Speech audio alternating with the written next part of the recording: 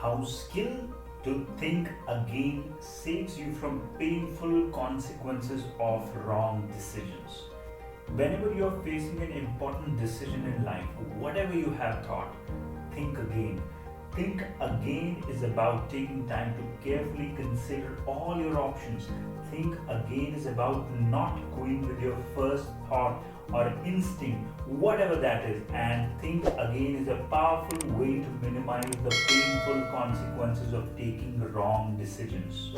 So, whenever in doubt, should you think again or not think again? Evolution has gifted us with a fantastic inbuilt tool of instinct that saved humans for millions of years. It's the instinct to take necessary action in case of danger. If there was something like a snake in the dark, you get away from it. If you see movement in the tall grass, you run as fast as you can before tiger can jump out of the bush making you its lunch.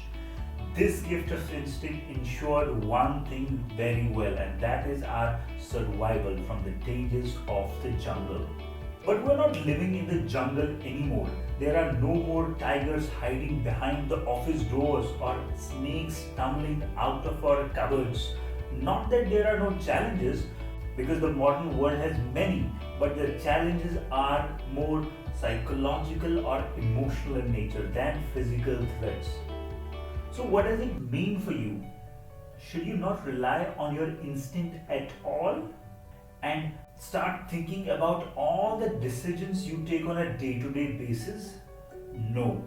Your instinct still serves you very well, and you don't have that much time to decide what you will have for breakfast, what kind of clothes will you wear, and what movie will you watch on the weekend. You take hundreds of such decisions daily without any issues or too much of a problem. But the same is not true in case for all the decisions, especially the ones which you will take only a limited number of times in your lifetime.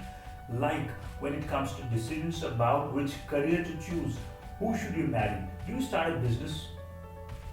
You will take these decisions only a few times and then mostly live with them. If they are good, you will enjoy them, and if they are bad, you will try to minimize the damage for a long time. So these kinds of decisions need careful consideration. They have to be your own decisions. It's not just about how much time you give to make these decisions, but also how you take these decisions.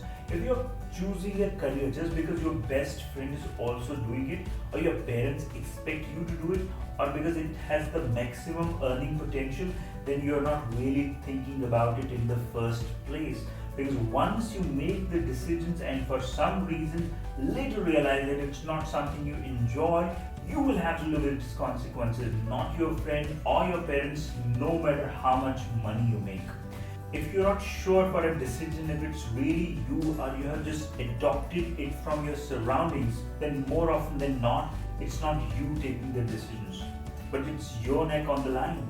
So if you don't know, then make it your job to find out, and don't stop until you do. It takes self-awareness, because self-awareness tells you who you are, what are your strengths and weaknesses, and most importantly, what are your values, interests, and why you want something you want.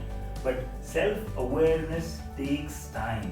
You can't have a capsule and suddenly know all these things. You need to spend time thinking about these things, writing about them. But one thing is for sure, answers are all there in your behaviors and actions you have taken in your past till now. You just have to discover them, and that needs you to rethink.